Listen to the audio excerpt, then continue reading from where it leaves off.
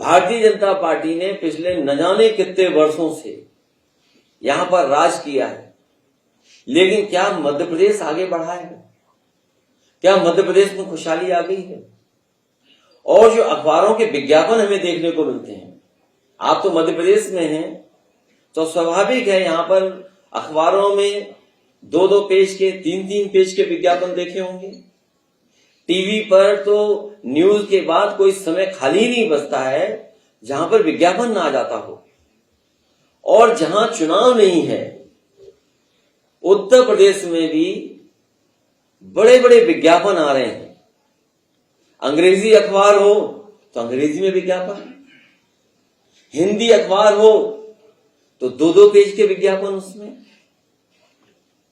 तो ये जो बीजेपी का प्रचार का काम करने का तरीका है, लेकिन जमीनी हकीकत कुछ और है। इतने वर्षों के बाद और दिल्ली की सरकार होने के बावजूद सबसे ज्यादा अन्याय, उत्पीड़न या सबसे ज्यादा परेशानी में अगर कोई है तो हमारी माताएं बहनें हैं। देश के आंकड़ों में अगर हम मध्य प्रदेश का स्थान देखें तो सबसे आगे दिखाई देता है मध्य प्रदेश, कि जहां सबसे ज्यादा माताओं, बहनों, बेटियों के साथ अन्याय हो रहा है। हाल ही की बगल की जो घटना सुनने में आई है 12 साल की बेटी के साथ, कोई आज कल्पना कर सकता है? जो प्रदेश 1 करोड़ 20 लाख बेटी माताएं बहनों को लाडली योजना से जोड़ रहा हो, 1 करोड़ 20 लाख के लगभग, उस प्रदेश में यह हालत हो। और फिर एनसीआरबी का आंकड़ा हमारा नहीं है, कोई समाजवादियों का आंकड़ा दिया हुआ नहीं है, ये तो प्रदेश सरकार से जो आंकड़े जाते हैं दिल्ली में, उन्हीं आंकड़ों के हिसाब से मैं बोल रहा हूं। आप सोचिए, 20 साल लगभग यहां पे सरकार और 10 साल दिल्ली की सरकार ने मिलकर के अगर यहां पे असुरक्षित और असुरक्षा की भावना दी है माता बहनों में, तो क्या तरक्की और क्या खुशहाली है? और फिर आरक्षण को पास कर रहे हैं लोकसभा में, और ये कह करके कि ये माताओं बहनों को सम्मान के लिए हम योजना लेकर के आ रहे। बीजेपी के लोग इसको लेकर के धूमधाम से प्रचार कर रहे हैं कि हमने महिला रिजर्वेशन बिल लोकसभा और राज्यसभा से पास कर दिया है, लेकिन जब सच्चाई देश ने जानी तो न जाने कब ये लागू होगा। लागू जब हो तब लागू हो, लेकिन उससे पहले भारतीय जनता पार्टी को जो ये बिल लेकर के आए हैं, कम से कम उन्हें साबित करना चाहिए कि मध्य प्रदेश की जो सूची होगी जिसमें चुनाव लड़ाने के प्रत्याशी होंगे, उसमें कम से कम 33% महिलाएं दिखाई दें, और 33% वो हों जो उनकी कार्यकर्ता हों, उनकी पार्टी के संगठन की माताएं बहनें हों। और अगर ये 33% नहीं देते हैं तो इसका मतलब यह है कि लोकसभा में और राज्यसभा में केवल देश की जनता को धोखा देने के लिए और खासकर माताओं बहनों को धोखा देने के लिए बिल लेकर के आए हैं। अभी जो सूची दिखाई दे रही है, जो भी जारी की है उन्होंने सूची, तो ऐसी सूची तो नहीं है जिसमें 33% महिलाएं दिखाई दे रही हों।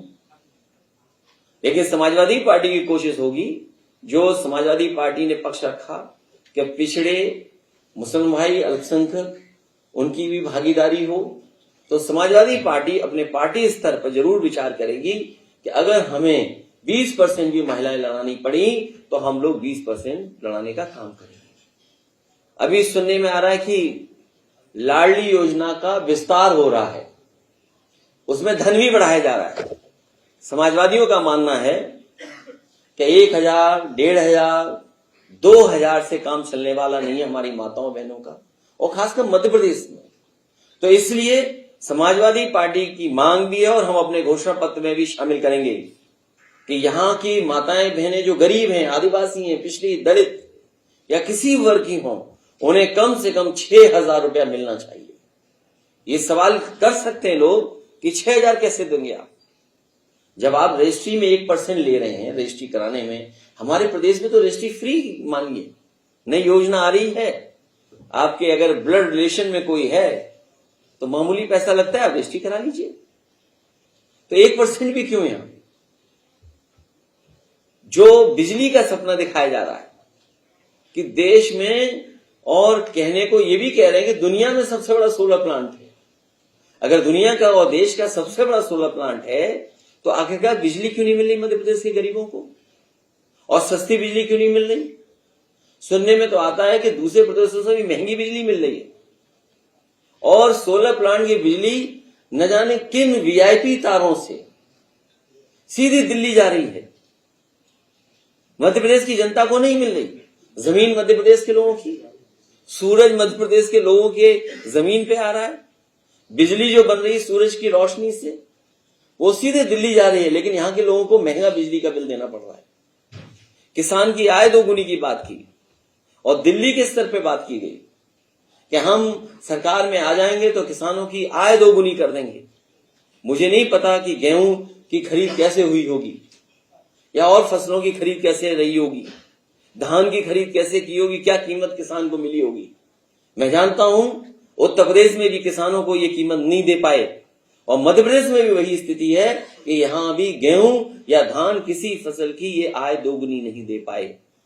और उसका परिणाम ये है कि आज भी किसान दुखी है, बुरे हाल में है, आर्थिक स्थिति उसकी चौपट हो गई, और इन्होंने कुछ कंपनियों को लाइसेंस देकर के पूरा का पूरा गेहूं खरीदवा दिया।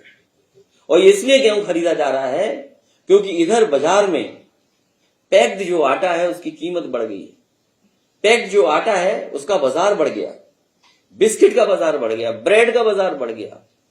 तो इसलिए ये बड़े उद्योगपतियों को मुनाफा देने के लिए इन्होंने लाइसेंस देकर के पूरा का पूरा किसानों का मध्य प्रदेश का गेहूं खरीदवा दिया।